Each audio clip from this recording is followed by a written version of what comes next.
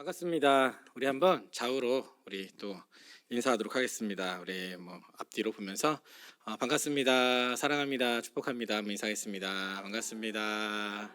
사랑하고 축복합니다. 제가 그 컨퍼런스를 좀 다녀왔는데 또 거기서 배운 거를 또 하나 써먹도록 하겠습니다. 우리 한번 옆으로 좌우로 보면서 한 번 더 인사하겠습니다. 보시면서요.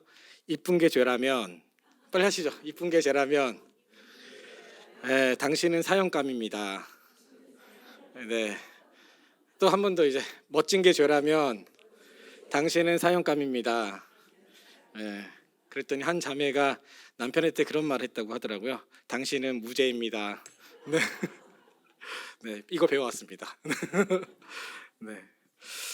오늘 우리가 읽은 민수기는 한글 성경은 이 성경책 제목이 민수기라고 되어 있지만 사실은 유대인들이 읽는 히브리어 성경을 보면 제목이 조금 다른 것을 우리가 알 수 있습니다.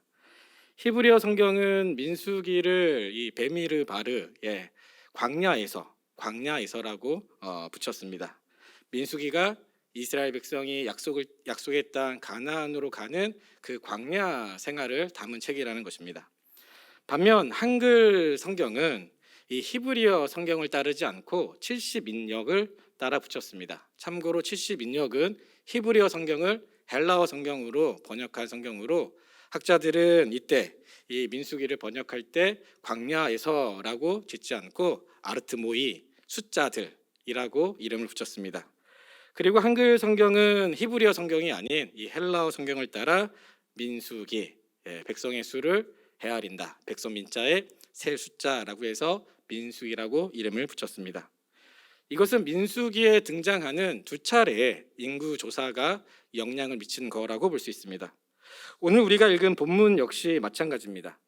오늘 본문을 보면 하나님께서 이스라엘 백성에게 시내산에서 출발하기 전에 무엇을 지시하셨습니까? 오늘 말씀을 읽어보겠습니다. 민수기 1장 2절입니다.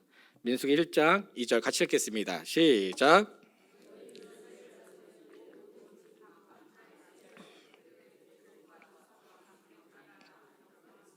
개수할지니 지금 성경에 보니까 하나님께서 이스라엘에게 무엇을 지시하셨습니까? 인구조사. 하나님께서는 이스라엘 백성에게 본격적으로 광야 생활을 시작하기 전에 백성의 수를 세라고 헤아리라고 말씀하셨습니다. 이 인구조사에는 크게 두 가지의 목적이 있습니다. 하나는 하나님의 약속이 신실하게 성취되고 있다라는 것을 보여주시기 위함이었습니다. 창세기 12장 1절부터 3절에 보면 아브라함의 언약이 등장을 합니다. 하나님께서는 아브라함과 언약을 맺으면서 당시 세 가지를 약속해 주셨습니다. 세 가지라고 볼 수도 있고 아니면 3+1 복이라고도 말할 수 있습니다. 우리 창세기 12장 1절부터 3절을 한번 읽어보겠습니다. 창세기 12장 1절부터 3절입니다. 같이 읽겠습니다. 시작. 여호와께서 아브라함에게 이르시되 너는 너의 고향과 친척과 아베의 집을 떠나 내가 내게 보여줄 땅으로 가라. 내가 너로 큰 민족을 이루고 내게 복을 주어 내 이름을 창대하게 하리니 너는 복이 될지라. 너를 축복하는 자에게는 내가 복을 내리고 너를 저주하는 자에게는 내가 저주하리니 땅의 모든 족속이 너로 말미암아 복을 얻을 것이니라 하신지라. 아멘. 지금 보니까 하나님께서 약속하신 세 가지의 복이 있는데 첫 번째 1절을 다시 한번 띄워주시겠습니까? 1절에 보니까 너는 너의 고향과 친척과 아베의 집을 떠나 내가 내게 보여줄 어디로 가라고요? 땅으로 가라. 첫 번째 약속은 땅, 이 약속의 땅에 대한 약속입니다. 두 번째 2절에 등장합니다. 2절 띄워주시겠습니까? 내가 너로 큰 무엇을 이루고 민족을 이루고 내게 복을 주어 내 이름을 창대하게 하리니 너는 복이 될지라. 두 번째 약속은 민족, 시에 대한 약속입니다. 세 번째 3절 띄워주시면 감사하겠습니다. 너를 축복하는 자에게는 내가 복을 내리고 너를 저주하는 자에게는 내가 저주하리니 땅의 모든 족속이 너로 말미암아 복을 얻을 것이라 하신지라. 바로 보호, 통치에 대한 약속입니다. 하나님은 아브라함에게 고향을 떠나 새로운 땅을 향해 나아가는 아브라함에게 이 세 가지를 약속해 주셨습니다.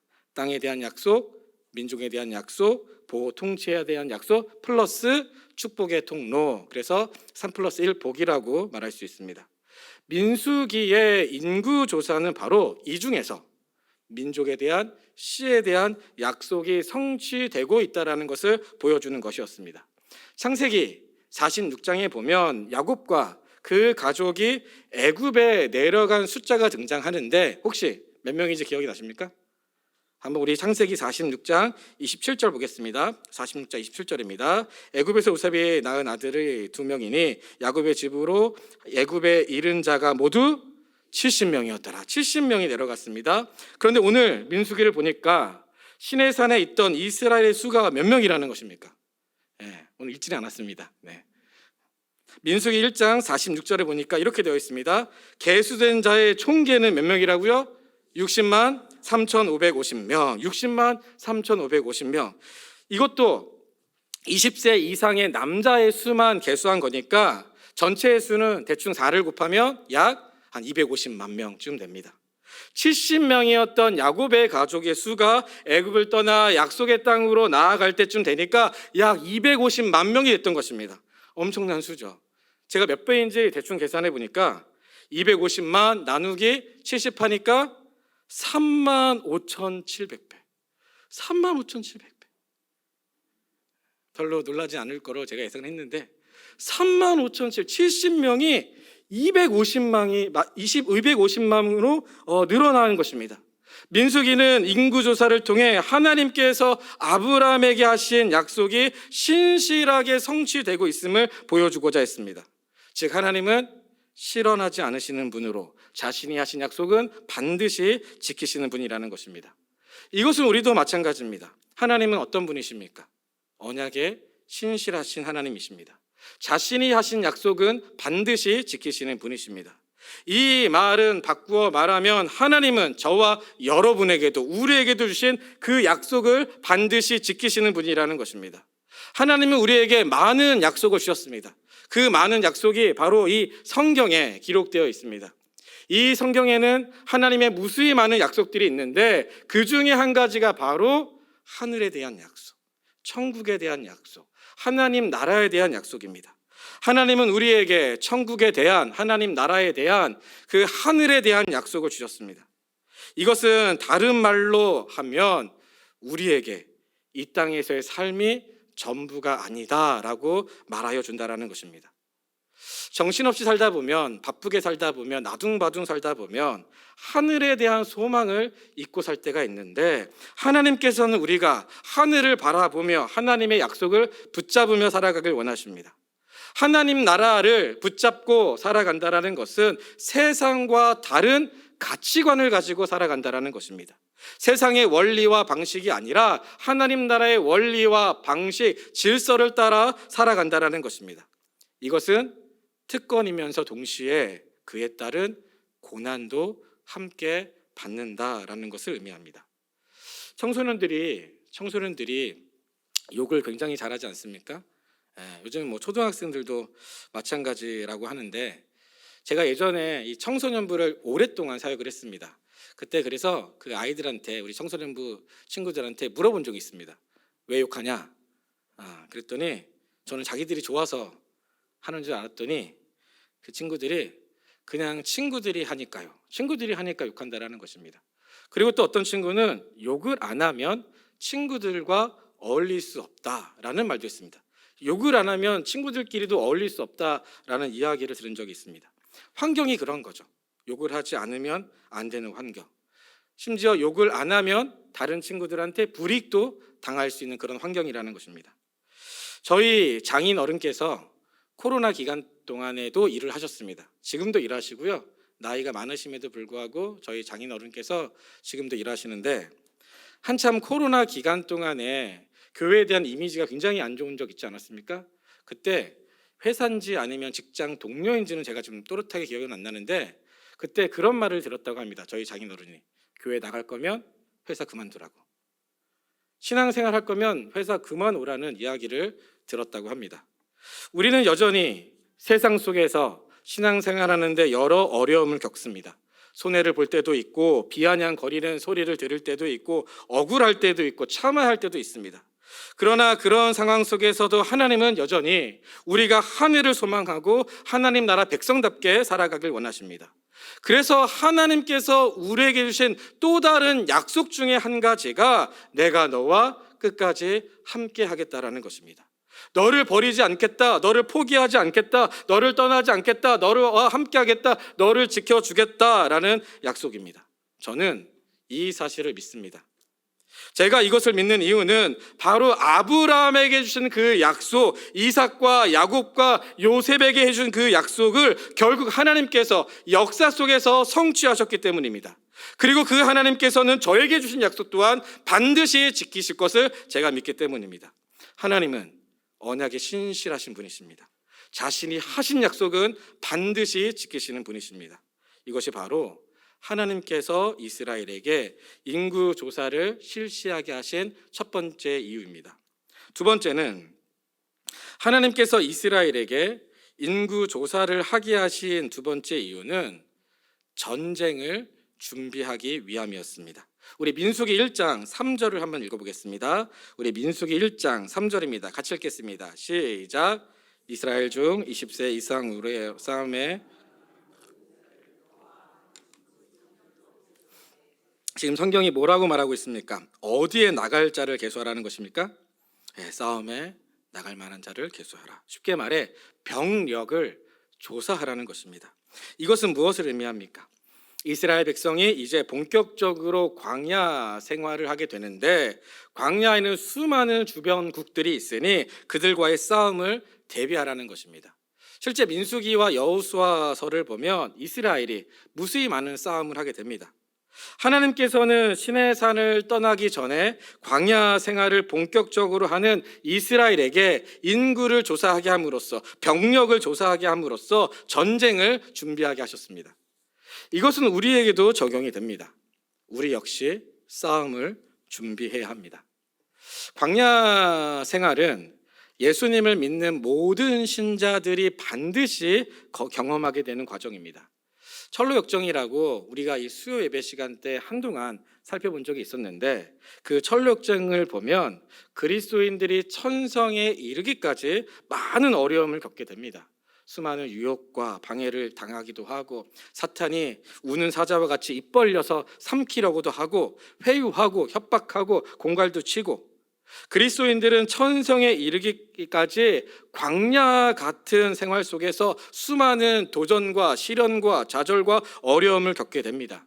그래서 늘 준비해야 합니다. 전쟁을 준비해야 합니다. 사탄과의 싸움을 준비해야 합니다. 영적인 전쟁을 대비해야 합니다. 물론 우리가 여기서 오해하지 말 것은 이 영적 전쟁이라는 것이 예전에도 한번 금요기도회 때 말씀을 드린 것 같은데 이 성경에서 말하는 영적 전쟁이란 나의 삶을 통해서 예수 그리스도를 드러내는 것입니다. 예수님을 닮아가는 것이 바로 영적인 전쟁입니다. 그래서 에베소서 6장 12절부터 17절을 보면 영적 전쟁이 무엇인지를 잘 소개하고 있습니다. 우리 한번 저랑 같이 교독하겠습니다. 에베소서 6장 12절부터 17절입니다. 한 절씩 교독하겠습니다. 우리의 씨름은 혈과 육을 상대하는 것이 아니요 통치자들과 권세들과 이 어둠의 세상 주관자들과 하늘에 있는 악의 영들을 상대함이라. 그러므로 하나님의 전신갑주를 취하라. 이는 악한 날에 너희가 능히 대적하고 모든 일을 행한 후에 서기 위함이라. 그런즉 서서 진리로 너희 허리띠를 띠고 의의 호심경을 붙이고 평안의 복음이 준비한 것으로 신을 신고 모든 것 위에 믿음의 방패를 가지고 이로써 능히 악한 자의 모든 불화살을 소멸하고 구원의 투구와 성령의 검 곧 하나님의 말씀을 가지라. 아멘. 지금 에베소서가 영적 전쟁이 무엇인지를 잘 소개하고 있습니다. 영적 전쟁이란 무엇입니까? 일단 12절을 띄워주시면요. 일단 우리의 씨름은 혈과 육을 상대하는 것이 아니요 통치자들과 권세들과 이 어둠의 세상 주관자들과 하늘에 있는 악의 영들을 상대함이라. 영적 전쟁이 있다라는 것을 설명하면서 13절에 가면 이제 그러면서 하는 말이 하나님의 영적 전쟁이 있으니 하나님의 전신갑주를 입으라는 것입니다. 그래서 이는 악한 날에 너희가 능히 대적하고 모든 일을 행한 후에 서기 위함이라.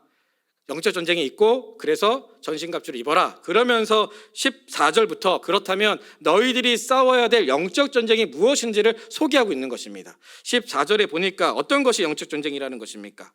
진리로 너희 허리띠를 띠고, 진리의 허리띠, 의의 호심경. 15절에 평안의 복음이 준비한 것으로 신을 신고, 평안의 복음에 준비한 신. 16절에 모든 것 위에 믿음의 방패. 17절에 구원의 투구, 성령의 검, 곧 하나님의 말씀. 다시 말해 영적 전쟁이 무엇이라는 것입니까?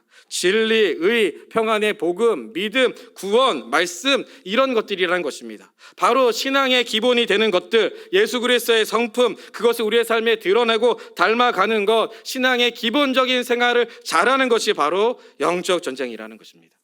진리에 대한 싸움, 공의에 대한 싸움, 구원에 대한 싸움, 그것이 바로 성경에서 말하는 영적 전쟁이라는 것입니다. 성경은 우리에게 이 싸움을 잘 준비하고 잘 싸워서 승리하라고 말하고 있습니다. 인구조사가 보여주는 두 번째 의미가 바로 이것입니다. 우리에게는 싸워야 할 전쟁이 있으니 잘 준비해서 승리하라. 저를 한번 따라해 보시겠습니까? 잘 준비해서 승리하라. 잘 준비해서 승리하는 저와 여러분이 우리 예수비전교회 모든 성도님들이 되기를 소망합니다. 다시 본문으로 돌아오면 하나님께서는 모세에게 인구 조사를 실시하게 한 후에 또 한 가지를 명령하셨습니다. 그것이 바로 진영 배치입니다. 진영 배치. 이 진영 배치가 참 흥미롭습니다. 왜냐하면 이스라엘 백성이 이제 본격적으로 광야 생활을 하는데, 광야 생활에서 주로 하는 일이 무엇입니까? 바로 이동입니다. 이동한다라는 것은 짐을 싸고 푸는 것을 반복한다라는 것입니다. 그리고 장시간 이동과 정착을 반복한다라는 것은 굉장히 고된 일입니다. 우리가 여행을 가도 즐겁긴 하지만 피곤하지 않습니까? 한번 상상해 보십시오. 250만 명이, 그것도 어른들만 있는 것이 아니라 아이들도 있고 심지어 가축들도 있습니다. 그래서 근데 이동을 해야 되는 거니까 짐을 싸고 푸는 것을 반복하면서 계속 이동하고 있습니다. 제가 20대 초반에 국토대장정이라는 것을 한 적이 있습니다. 한참 우리나라에서 바카스가 국토대장정을 함께 많이 유행시켜가지고 한 적이 있었는데, 그때 당시 여러 단체들이 국토대장을 해가지고 제가 20대 초반에 신청해서 그 국토대장정을 한 적이 있습니다. 7월달에, 제일 더운 7월달에 부산부터 임진각까지. 제가 이번에 저희 샬롬미 임진각으로 소풍을 갔는데, 제가 20여 년 만에 그때는 걸어갔는데 버스 타고 갔습니다. 580km를 23박 24일 동안 부산부터 임진각까지 걸었는데, 제가 그때 걸으면서 죽는 줄 알았습니다. 죽는 줄 알았고, 그때 군대 가기 전에 제가 했던 거여서 같이 걸었던 형들이 미쳤다고, 군대 가면 많이 걸을 텐데 뭐하러 이거 신청해가지고 걷는 거냐고. 제가 그때 혼자 걷는 것도 힘든데 이스라엘 백성은 250만 명이 행군한다라는 것이 쉽지가 않습니다. 그래서 쉴 때만큼은, 그냥 좀 정착할 때만큼은 편하게 쉬게 하면 너무 좋을 것 같은데, 하나님께서는 그렇게 하지 않으셨습니다. 정착할 때 어떤 특별한 기준을 말씀해 주셨습니다. 그러니까 진영 배치를 하는데 어떤 룰, 규칙을 지시해 주셨다라는 것입니다. 그것이 민수기 2장 2절에 기록되어 있습니다. 민수기 2장 2절 같이 읽어보겠습니다. 시작. 이스라엘 자손은 진을 치되 회막을 향하여 사방으로 치라. 지금 성경이 뭐라고 말하고 있습니까? 진을 치되 어떻게 치라고요? 회막을 향하여, 회막을 중심으로 사방으로 진을 치라는 것입니다. 회막을 중심으로 사방으로 진쳐라. 참고로 이 회막은 성막을 말하는 것입니다. 그러니까 아무렇게나 진치지 말고 아무렇게나 쉬지 말고 하나님께서 이 성막을 중심으로 사방으로 진영을 배치하라는 것입니다. 그리고 그 진영 배치도가 3절부터 등장을 합니다. 이 3절을 보면 어느 지파가 동쪽에 진을 치라고 이야기하고 있습니까? 한번 3절 띄워주시겠습니다. 어느 지파가 동쪽에 위치해 있습니까? 동방해 돋는 쪽에 진 칠 자는 그 진영별로 어느 지파요? 유다 지파가 동쪽에 진을 배치합니다. 동쪽에 위치합니다. 그리고 5절에 보니까 5절을 보니까 어느 지파가 또 동쪽에 위치했습니까? 이사갈이 있습니다. 7절 띄워주시겠습니까? 또 어느 지파가 동쪽에 있습니까? 네, 스불론이 있습니다. 그러니까 동쪽에는 유다, 이사갈, 스불론이 위치했습니다. 그리고 10절부터 보면 사실 읽어야 되는데 너무 길어가지고 생략했는데 10절 이하를 보면 이 성막을 중심으로 동쪽에 누가, 남쪽에 누가, 서쪽에 누가, 북쪽에 누가 이렇게 쭉쭉쭉쭉쭉 설명하고 있습니다.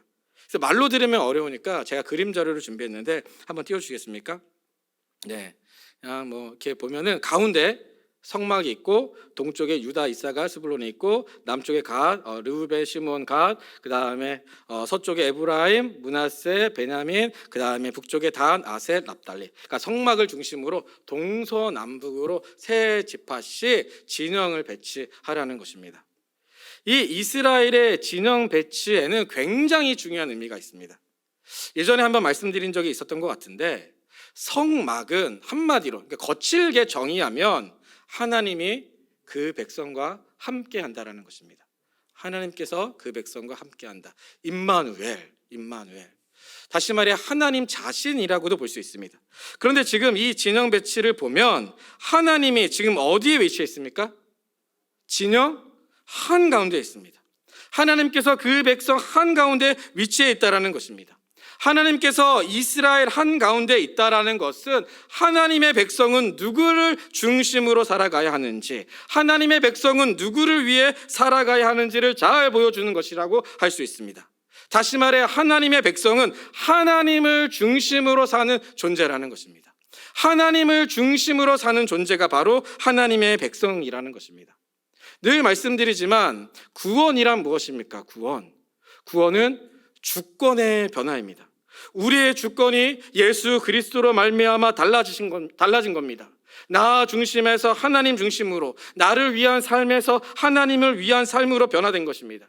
그래서 죄는 내가 나의 삶의 주인 되는 거라면 구원은 하나님이 나의 삶의 주인 되는 것입니다. 내가 아닌 하나님이 주인 되는 삶, 그것이 바로 구원의 삶이라는 것입니다. 그래서 오늘 본문의 진영 배치가 보여주는 것이 하나님의 백성의 삶의 중심은 하나님이라는 것입니다. 하나님이 주인이시고 하나님이 왕이시고 하나님이 통치자라는 것입니다. 하나님의 백성은 하나님을 중심으로 사는 존재라는 것입니다. 저를 한 번만 더 따라해 보시겠습니까? 하나님의 백성은 하나님을 중심으로 사는 존재다. 하나님의 백성은 하나님을 중심으로 사는 존재입니다. 그런데 오늘날 세상은 어떻습니까? 전혀 다른 삶을 살아가고 있습니다. 예나 지금이나 마찬가지인데 우리 모두에게는 심각한 병이 하나 있습니다. 그것은 바로 자기 사랑입니다. 나르시시즘이라고 하죠. 물론 건강한 자기 사랑과는 좀 구별됩니다.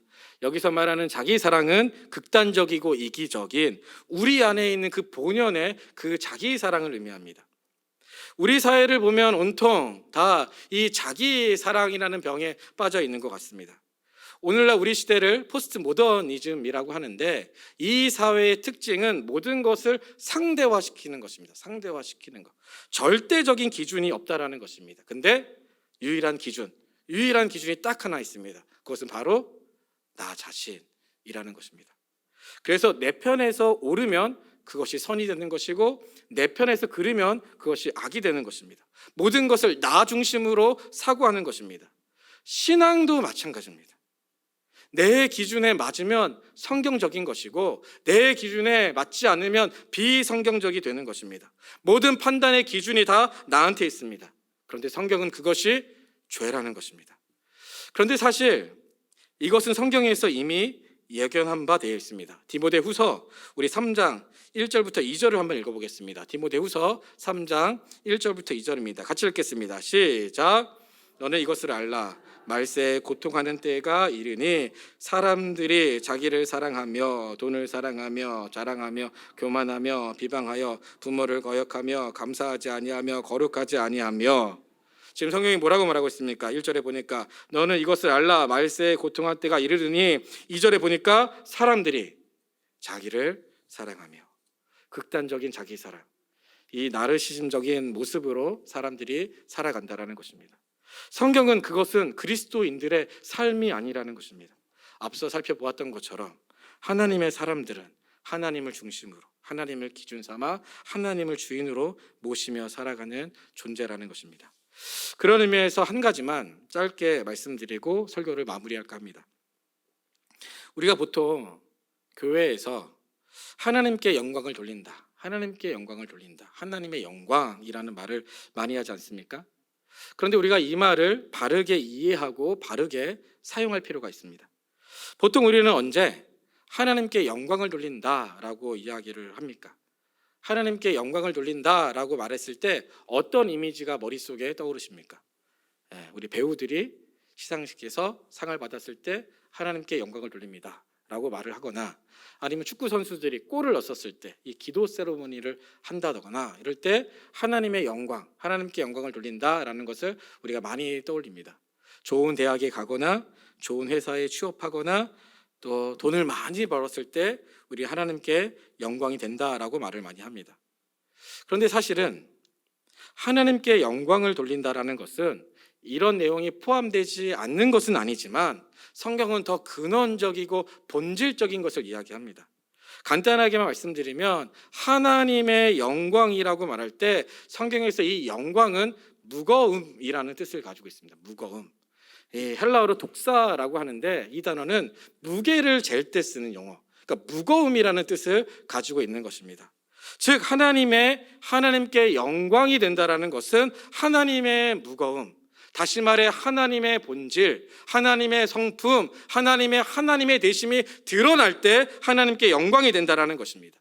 이 말은 바꾸어 말하면 잘 될 때도 하나님께 영광이 될 수 있지만 잘 되지 않을 때에도, 실패할 때에도, 모든 것을 다 잃었을 때에도, 모든 것이 다 무너질 때에도 하나님께 영광이 될 수 있다는 것입니다.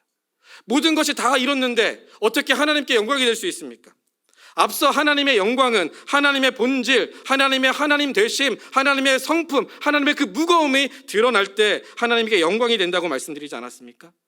모든 것을 다 잃은 상황 속에서도 여전히 나의 삶을 통해서 그 하나님 되심, 하나님의 성품, 그 하나님의 아름다우심, 하나님의 신실하심, 하나님의 사랑하심, 하나님의 온유하심, 하나님의 자비하심, 그 하나님의 충성스러우심, 하나님의 그 놀라우심을 나의 삶을 통해서 드러낸다면 그것이 바로 하나님께 영광이 되는 것입니다.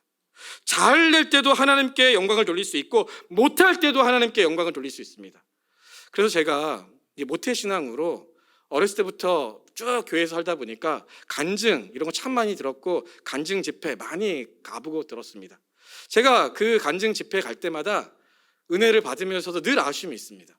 왜냐하면 간증 집회는 대부분 다 성공담이죠. 이렇게 힘들었는데 이렇게 성공했습니다. 하나님께서 은혜 부어주셔서 이렇게 잘 됐습니다 라고 이제 모든 대부분의 간증은 다 그렇습니다. 근데 그런 간증 집회를 들으면서 여전히 한 부분에는 그것만이 하나님께 영광일까? 실패담이 있으면 안 될까? 제가 이 자리에 간증하러 왔는데 저 망했습니다. 저 다 망했습니다. 지금도 망했고요. 지금도 가진 거 없습니다. 다 잃었습니다. 그런데 저의 삶을 통해서 저는 여전히 그 하나님의 신실함을 믿고 하나님의 온유하심과 그 자비하심을 저의 삶에 드러내려고 하고 감사하며 살아가려고 합니다. 그럴 때 하나님의 하나님 되심이 드러나기 때문에 그 또한 하나님께서 영광 받으시는 것입니다. 사랑하는 성도 여러분, 말씀을 맺도록 하겠습니다. 오늘 본문을 통해서 오늘 우리는 이제 인구 조사를 통해서 두 가지를 살펴보았습니다. 하나는 하나님의 그 언약에 신실하신 분, 그 자신이 하신 약속은 반드시 지키신다라는 것. 하나님께서는 그렇기 때문에 우리에게 하신 약속도 반드시 지키실 것입니다. 그리고 영적 전쟁이 있다라는 것을 기억하면서 말씀에 대한 싸움, 또는 진리에 대한 싸움, 기타 등등에 대한 싸움을 우리가 잘 준비해서 하나님께서 승리하길 원하신다라는 것입니다. 그리고 진영 배치가 보여주는 것. 그리스도인들은, 하나님의 백성들은 하나님을 중심으로 살아가는 존재라는 것, 하나님을 주인됨으로 살아간다라는 것. 그것은 우리가 잘 될 때도 못될 때도 우리가 하나님의 본질을 드러낸다면 바로 하나님께 영광되는 것이고, 그것이 바로 그 하나님을 중심으로 사는 삶이라는 것, 그것을 우리가 기억하는 저와 여러분, 우리 모든 예수 부정교회 성도님들이 되기를 진심으로 소망합니다.